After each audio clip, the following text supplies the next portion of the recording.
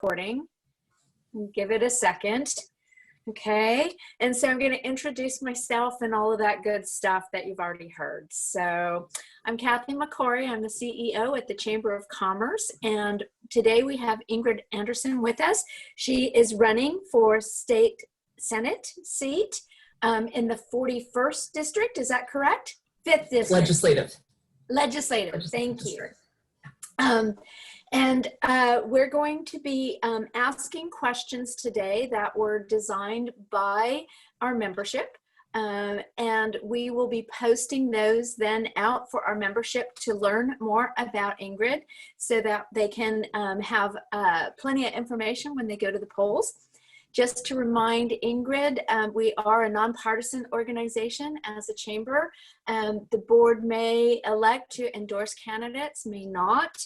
They may choose to share scores, which have actually already been done in a previous interview. They may not.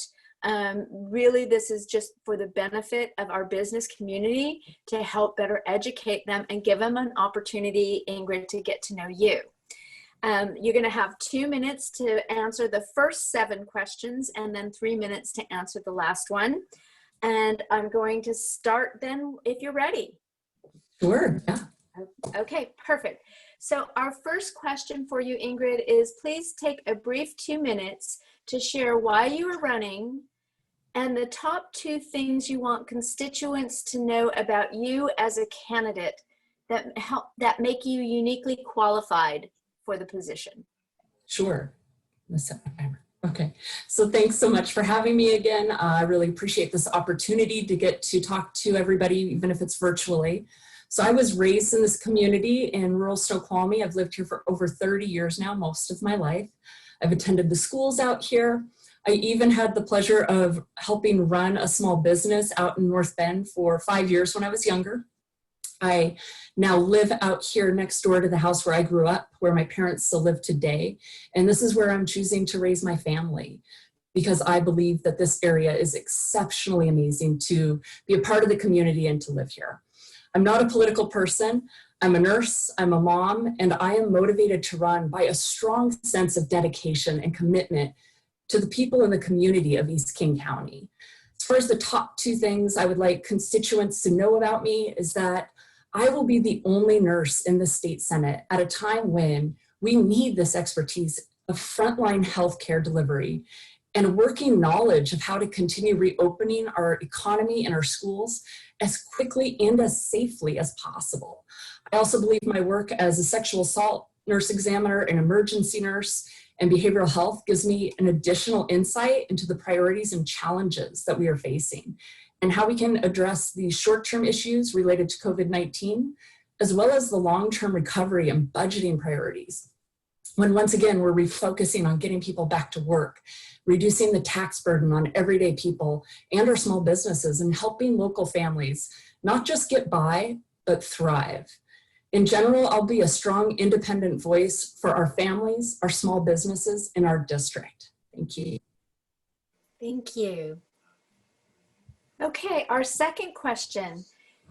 Do you have business experience? And I think you alluded to that a little bit. Or are you currently an owner of a business? And if so, please describe and include the largest budget and the largest number of employees you have managed in your career. Thank you. So my friend and I opened up a small gift store in downtown North Bend at the age of 18 years old. So it was quite a long time ago, but I do remember because it was such a pivotal point of my life and such an amazing experience that I had. We did not have a huge operating budget. We did not even bring in $100,000 a year, but we were still able to keep our doors open for 5 years, and I'm very proud of that. We also worked really hard to revitalize the downtown North Bend area at this time, trying to encourage other people to open up small businesses in a town where at the time, many stores laid vacant and had nothing going on. So I'm very proud that by the time we had to close our doors, the whole downtown was bustling, full of gift stores and service stores, and it had a very warm feel to the community that is still going on today. So I feel like I helped with that process, and I'm very proud of that. We only had 2 part-time employees by the time we closed. It was a very challenging business, even in the best of times. So I can only imagine what you guys right now are going through with the COVID-19 and how hard that it is to keep a business afloat at this time. As far as other experiences, though, of leadership, I have been a charge nurse of a 40-bed ER, and in that capacity, we had a total of 140 staff, and I would manage up to 25 people at any given time. And this was a really good experience of having to triage limited resources to a variety of people and issues that all very much needed them. So I understand what it's like to make those hard decisions and to manage people and to bring people together for common causes and to create a better environment. And this experience of managing people and the resources in a very high stress environment, I think will be essential as I'm trying to navigate advocating for our district in the state Senate next year. Thank you. Great, thank you. Okay, question number 3, Ingrid. In 2 minutes, please tell us, oh, hold on. I forgot to stop my timer. Okay, I'm sorry about that. In 2 minutes, again, same time, please tell us what qualifications and leadership skills you would be bringing to the legislature if elected. So I am a graduate of Two Rivers High School, a product of the Snoqualmie Public Schools. I went on to graduate from Bellevue Community College, getting my associate's degree in nursing. I then went on to University of Washington to get my bachelor's of nursing. And I am nearly done achieving my master's degree to become a psychiatric nurse practitioner. I began my nursing career at Overlake Hospital in the emergency department, and now I also work in the psychiatric department. I've been a charge nurse of both of these departments, helping to not just deliver direct patient care, but also to manage the overall flow of these departments, which takes a lot of leadership skills and ability to work with others. I also partnered up with local law enforcement to do de-escalation training for other hospital providers, and I've worked together to keep our neighbors safe. I have been the educator of the emergency department and also helped work with the public and our legislative representatives, educating them on how we can reform our healthcare system so that we can make it more equitable and affordable for all Washingtonians. I served as the vice chair of the Washington State Nurses Association, helping to pass legislation that made a big difference for our community, such as passing bills that address surprise medical billing and proper disposal of controlled substance medications in our community. I have worked tirelessly as a nurse and an advocate to make sure that our healthcare facilities are safe environments for patients and workers alike. I also do a lot of volunteer work in my community, such as working with NAMI, as well as 100 women who care of the greater Snoqualmie Valley. And I tell you this because, first and foremost, I'm an advocate. And I have a record of advocating for the health and safety and opportunity for patients, my colleagues, my neighbors, and our community.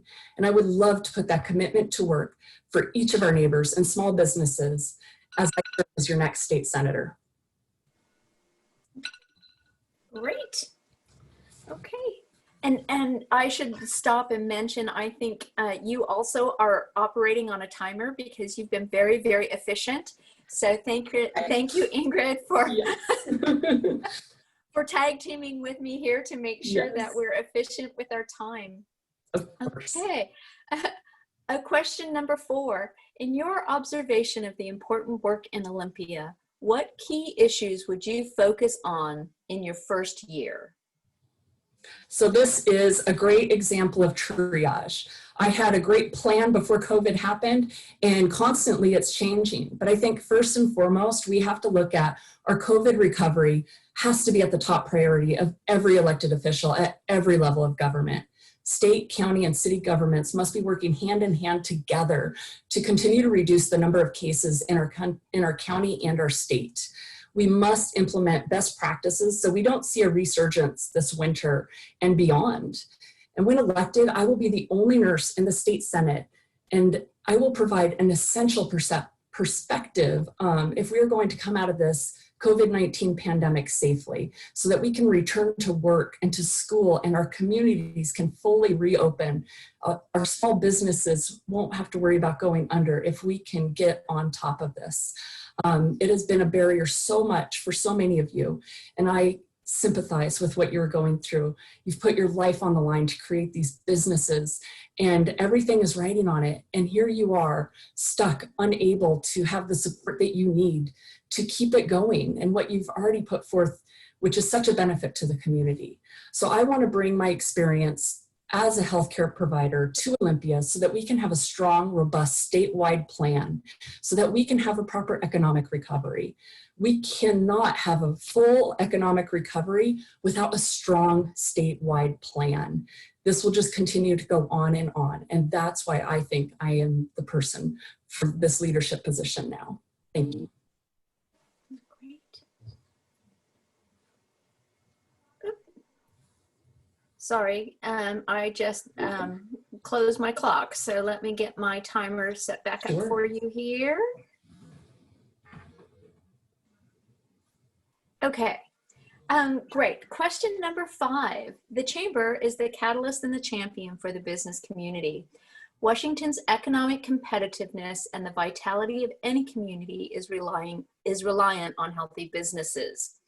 Please share with us your opinion of where a decision in the legislature this past year has, 1, supported business, and 2, had a negative impact on business. So one example of each, please. Sure. Yeah, thank you.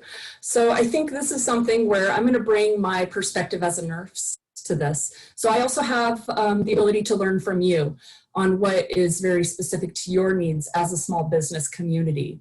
But from my nursing experience, one investment that I think has helped is the investments that we've made in behavioral health and affordable housing. And the reason I say this is because it helps address the top concerns of businesses, especially small businesses in cities throughout the region.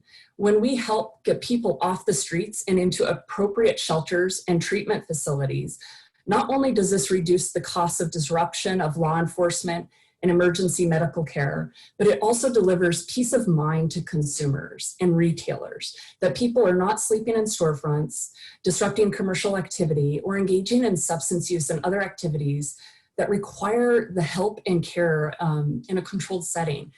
The distribution also of money that came from the CARES Act to small businesses, I think, was also essential.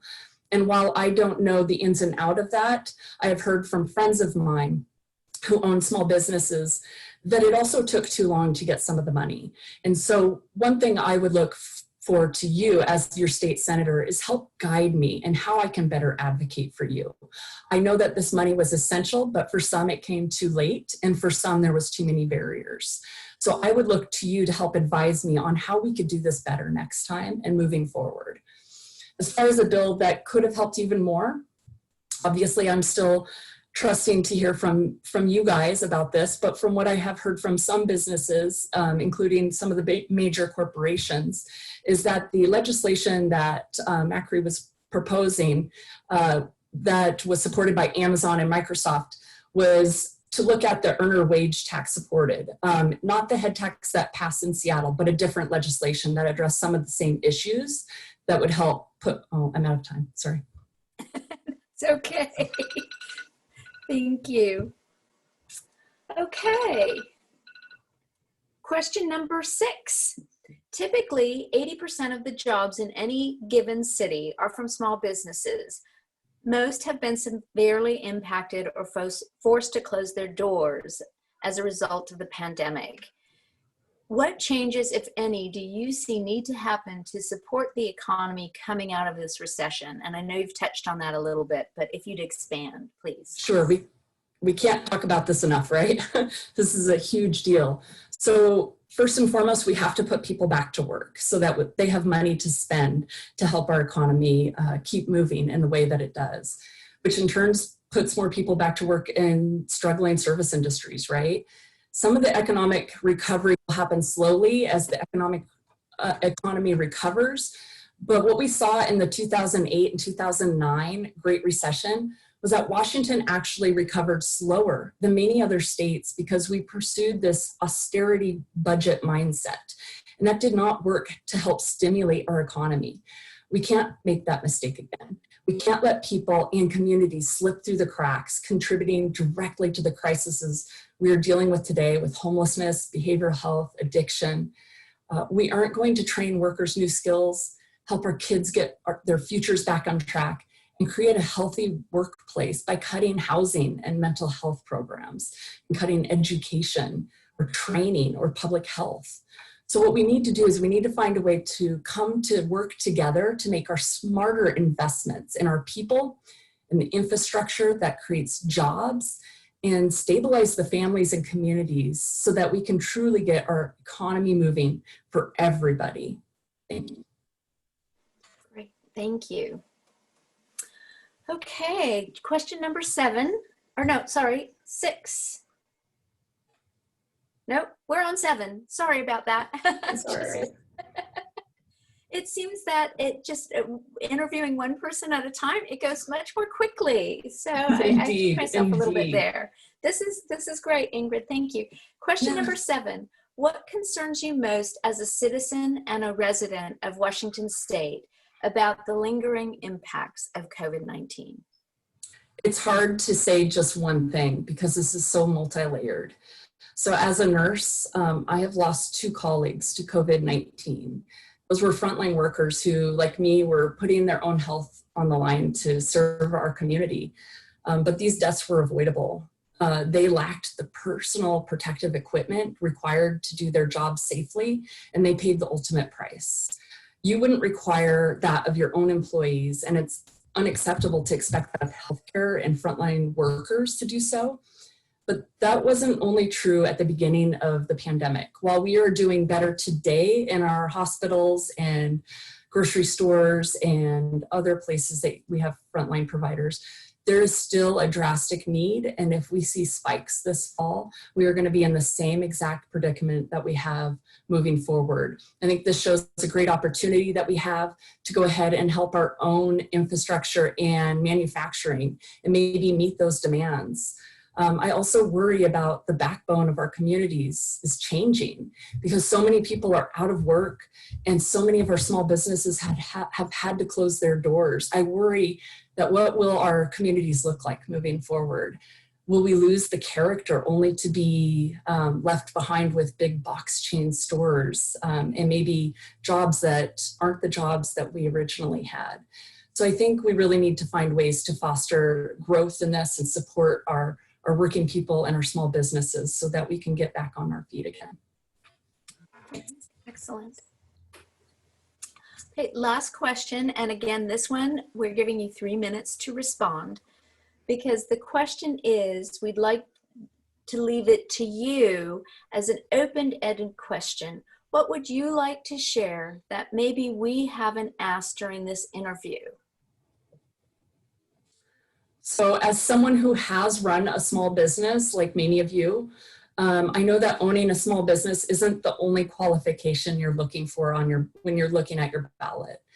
Success of a small business depends on the strength of the community. It requires people to come here, to visit, to play, to live here, and to patronize our businesses. As your state senator, I will prioritize our community, our schools, our roads, our small businesses, our families, and our seniors. And I will always be available to you. And I hope you will always reach out to me so we can continue this dialogue. I am not an expert in all of these different areas. What we need is we need somebody who will show up and have the hard conversations and help come together so that we can find commonality and ways that we can solve our problems together. And that's what I bring. I bring myself as a nurse, as a mom, as somebody who wants to live here the rest of my life, somebody who will work with you to find solutions to the problems that are affecting our district. So I have also vowed to not take any corporate PAC money because of this. I want to show that I am not beholden to any special interest. I am only here to serve our community and the people. And that doesn't mean attacking our corporations. They give us great jobs that help help our economy thrive. But I also don't want to only answer to them. I want to answer to you, the people. And so it will be my honor to represent you and fight for you in Olympia as your next state senator. Thank you. Thank you, Ingrid. That's all of our questions for today. Again, I want to thank you so much for giving Issaquah an opportunity to hear from you, to get to know you better.